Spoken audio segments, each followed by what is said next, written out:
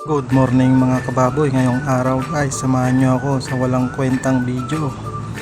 Meron po sa atin tumawag at nagpapa-AI.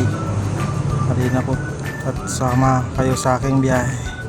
Ito na po, sa kakamadali po na iwan po natin, nakalimutan nating mag helmet. Wag po nating gagayahin mga kababoy dahil napakadelikado. Papunta po tayo ngayon pagkuha ng similya.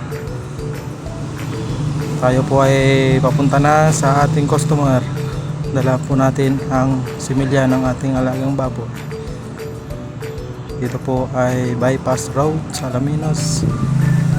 Dito na po tayo sa customer, ngunit wala po, umalis po sabi ng kapitbahay. At naghintay po tayo ng ilang minuto. Ayan po ang kalsada, napakalinis dahil maaga po tayo. Dito po ang ating kabayo ngayon, si Karag-Karag. Maya po ay dumating na ang ating customer na napaka-pogi. Shoutout sa iyo, sir. Papunta na po tayo sa kanilang farm. Kaway ka muna, sir. Kaway ka muna. Yun, napaka-pogi talaga. Papunta na po tayo ngayon sa farm ni sir, mga kababoy. Yan po, nilalamig po si sir kaya naka-jacket. Nandito na po tayo sa kanyang babuyan. Walang amoy. Ang Feed Pro.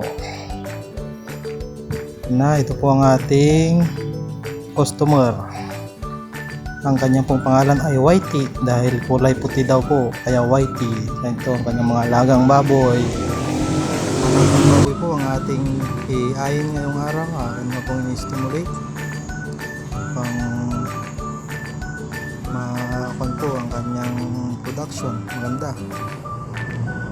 dito talaga sa probinsya, kailangan mo maging magadiskarte para di kayo magkapera.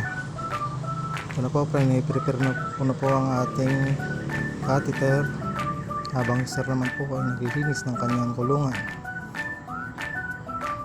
Ang saya-saya po niya sa araw na ito ay mabubulugan na ang kanyang dumalagang baboy.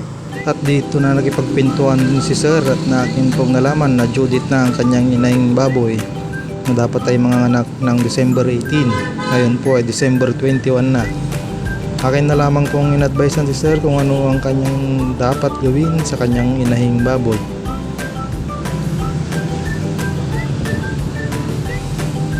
Tapos ko pong advisean si sir ay atin na pong bitilisan ang ating gawa pang tayo ay makuwi na at ako'y nagugutom na mga kababoy.